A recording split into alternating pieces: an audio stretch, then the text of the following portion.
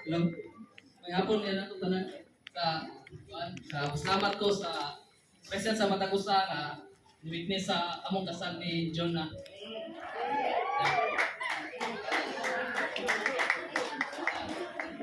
ah sugod ako sa among boss. Okay. Sa cellphone. Hello, Jonalyn.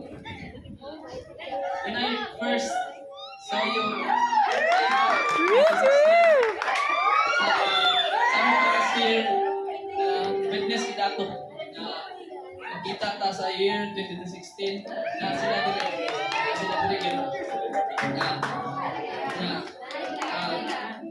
it's been almost 9 years we are together. And now we are here in front of our loved ones, friends, and families, witnessing our love and support us. I am very thankful and blessed.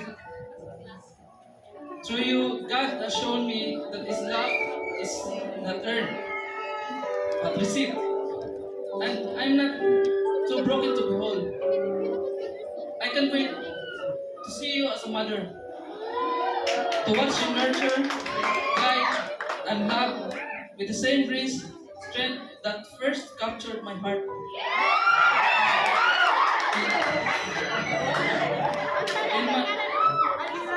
In my heart, I married you a long time ago. And I believe in your heart, you married me too. Long before this day, before these vows, before the rings, there was a covenant being written in quiet and the prayers in hope and in faith that God was preparing us for each other. This is my promise to you. I'm not with you for the short term. I'm not here to waste your time.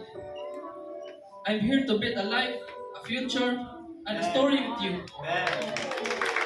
I want to spend the rest of my life waking up next to you. I'm not going anywhere without you by my side. You are such a blessing to me. Thank you for being you and for all that you do. I love you so much. Okay, time. Nindot kito. Heidi. So we've been together for 8 years and mag 9 years na next month. And I know our relationship wasn't that smooth or perfect because of all the trials and challenges we have been through. But I promise to everyone here and to God that even in difficult situations, I will always choose you. Even on days when our opinions are different, I will still choose to love you. I'll choose to support in your dreams and respect you. I'll be your partners in laughters and in tears, in triumphs and in failures. I promise to stand by your side through the ups and downs and face any challenges together. I don't know what the future awaits us, but only one thing is for sure. I will promise to love you with all my heart and conditionally forever. Thank you for choosing me, for trusting me, and for showing me every day how wonderful it is to love and be loved. You're the only one I dream of.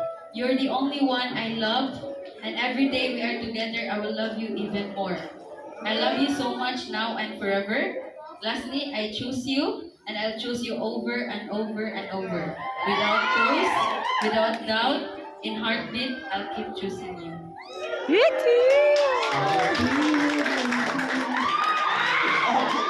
Thank you, nindot tayo.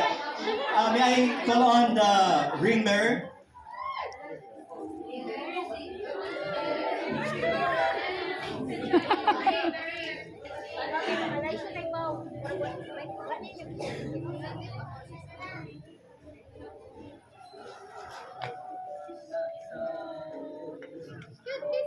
Thank you.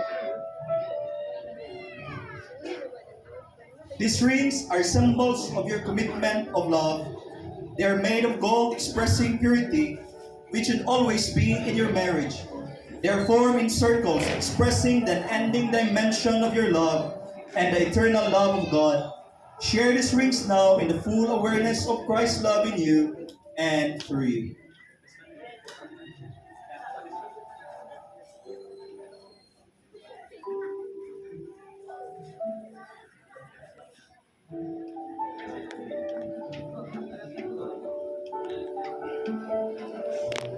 Ay, sorry.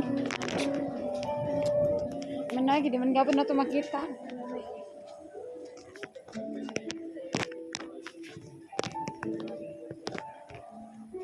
Okay, repeat after me, Gerson. Jonaline,